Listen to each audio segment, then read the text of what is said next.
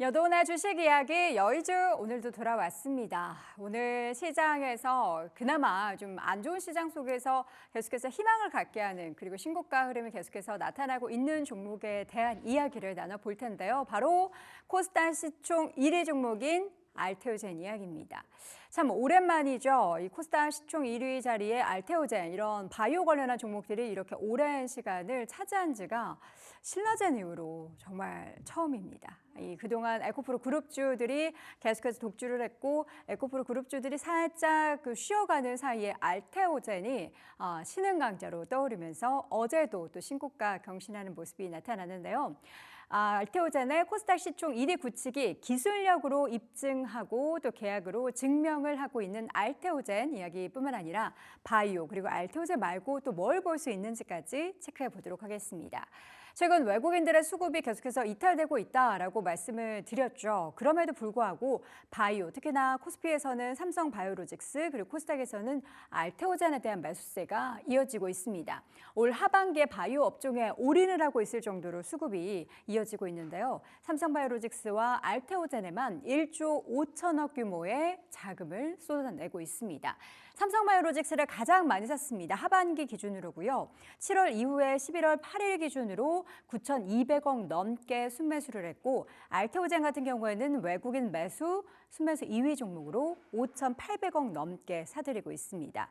트럼프가 재집권을 하게 되었고 국내 수출주에 타격을 받는다라고 하지만 바이오 쪽에 있어서는 수출을 해도 예외라는 건데요. 내용을 보면은 이게 지식재산권을 바탕으로 한 로열티 매출이 확보가 되는 거기 때문에 관세 부분에 있어서 자유로운 것 그리고 위탁 개발 생산 그러니까 CDMO 관련한 기업들도 관세 적용을 받지 않기 때문에 아무리 트럼프가 당선이 돼도 관세를 많이 높인다라고 해도 바이오 업종은 수출주로서 타격을 받지 않는다라는 분석입니다. 삼성바이오로직스와 알테오젠의 주가가 그동안 엄청나게 다른 종목 그러니까 2등주 대비해서 많이 올랐는데요. 시장에서는 물론 외국인의 수급이 유입되고 있는 삼성바이오로직스와 알테오젠도 좋긴 하지만 2위 종목 그러니까 셀트리온이나 리가켄바이오도 볼만하다라는 이야기도 하고 있는데요. 잠시 후에 자세하게 체크해 보겠습니다. 자, 다음 장 보시죠. 바이오주에 대한 모멘텀이 또 어떠한 부분에 있나를 짚어볼 텐데요. 트럼프 당선인의 간접적인 약가이나 유도 이러한 내용들은 바이오 업황에는 훈풍이다라는 분석입니다.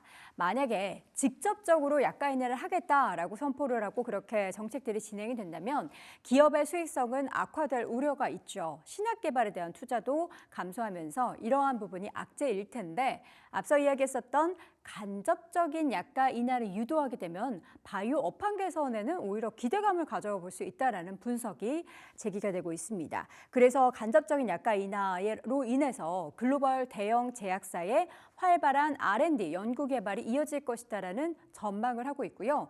지금 1등주 그러니까 코스피에서는 삼성바이오로직스, 코스닥에서는 알테오젠이 높은 수익률을 내곤 있지만 2등주가 그 갭을 메울 가능성 그러니까 더 빨리 따라붙을 가능성이 있다라는 기술적인 분석도 있습니다.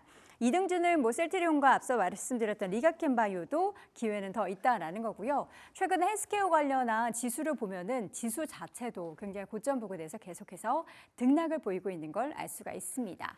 자, 그러면 이 중에서 지금 계속해서 승승장구 펼치고 있는 알테오젠 얘기를 좀 더 해보겠습니다. 알테오젠의 거침없는 주가 상승세, 차세대 항암제를 중에서 또 해자라는 거 알고 계시죠? 넘볼 수 없다라는 겁니다. 이 알테오젠만 가지고 있는 기술력이 있다라는 겁니다. 알테오젠은 미국 머크사와 폐암치료제 합작 등 대규모 기술 수출을 계속해서 일궈내고 있습니다. 제가 다음 장에 한번 정리해 드릴 건데요. 그 ADC라고 하죠. 항체 약물 접합제 이런 관련한 분야에서 기술이 굉장히 뛰어나서 이런 관련한 기술 수출부터 최근에 엔허투 모멘텀까지 받고 있습니다. 그 8일에는 일본 제약사 다이찌산교라는 곳과 4천억 규모의 빅딜이 있었는데요. 앞서 말씀드렸던 항체 약물 접합제 ADC 관련한 치료제를 엔허투에 그 자사 기술을 적용을 한 거예요. 그래서 피하 주사 제형으로 개발을 하는 것에 대한 그런 빅딜을 맺었습니다. 이 약 같은 경우에는 에너투는 유방암이나 위암 그리고 거의 모든 암종의 만병통치약으로 확장될 것으로 예상이 되면서 관련한 연매출이 오는 2030년에는 20조 원까지 성장할 것으로 전망이 되고 있기 때문에 에너투 관련한 모멘텀까지 함께 붙어 있는 겁니다. 자, 그렇다면 알테오젠이 지금까지 얼마나 일을 잘하고 있었는지, 최근에 얼마나 탄력을 받았길래 이렇게 코스닥에서 1위 자리를 지켜내면서 신고가 행진을 보이는 건지 마지막 표로 한번 정리해 드리도록 하겠습니다. 주가가 알테오젠이 1년 사이에 무려 600% 가까이 올랐습니다. 시총은 23조를 훌쩍 넘어섰고요. 이렇게 알테오젠의 무서운 성장세는 그런데 이제 시작이다라는 그런 이야기까지 있습니다.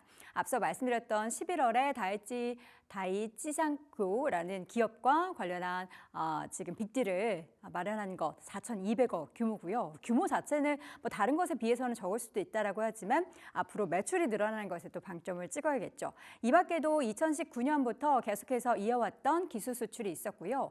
올해는 2월에 한 번, 7월에 한 번, 11월에 한 번 더 빈번하게 기술 수출과 관련한 빅딜이 이어지고 있습니다. 자, 뭔가 실체가 보이시죠? 과거에 우리가 바이오주 올랐을 때와는 정말 다른 그런 모습을 보이는 올해 바이오주들의 움직임, 앞으로 지켜볼 만한 종목들이 참 많은 것 같은데요. 1등주인 알테오젠도 좋고요. 2등주도 기대감이 있다라고 하니까 여러분 전반적인 바이오 종목들 계속해서 지켜보시기 바랍니다. 자, 오늘 여도은의 주식 이야기 열주에서는 바이오 종목들 이야기 나눠봤습니다.